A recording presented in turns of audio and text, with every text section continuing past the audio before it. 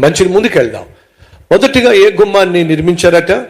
గొర్రెల గుమ్మాన్ని నిర్మించారు. ఆ గుమ్మం దేనికి సాదృశ్యం? క్రీస్తుకు సాదృశ్యం. క్రీస్తుతోనే మన దినాన్ని, మన పనిని ప్రారంభించాలి. ఏదైనా పనిని మీరు ప్రారంభిస్తున్నారా? క్రీస్తుతో ప్రారంభించండి. ఆ పనిని ముగిస్తున్నారా? క్రీస్తుతోనే ఆ పనిని ముగించండి. ప్రభువా, ఈ పనిని ప్రారంభిస్తున్నాను, నాకు నీ సహాయం కావాలి, నాకు నీ సహకారం కావాలి.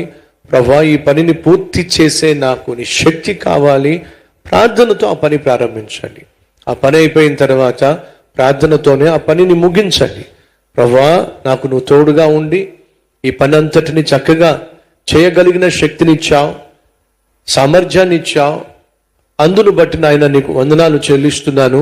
ఏ పని అయితే ఈరోజు చేశానో దీని ప్రతిఫలాన్ని నేను రేపు చూసే కృప నాకు దయచేయి ప్రభువా. పనిని ప్రభుతో ప్రారంభించండి, ఆ పనిని ప్రభుతో ముగించండి. ప్రయాణం చేస్తున్నారా? ప్రభుతోని మీ ప్రయాణాన్ని ప్రారంభించండి.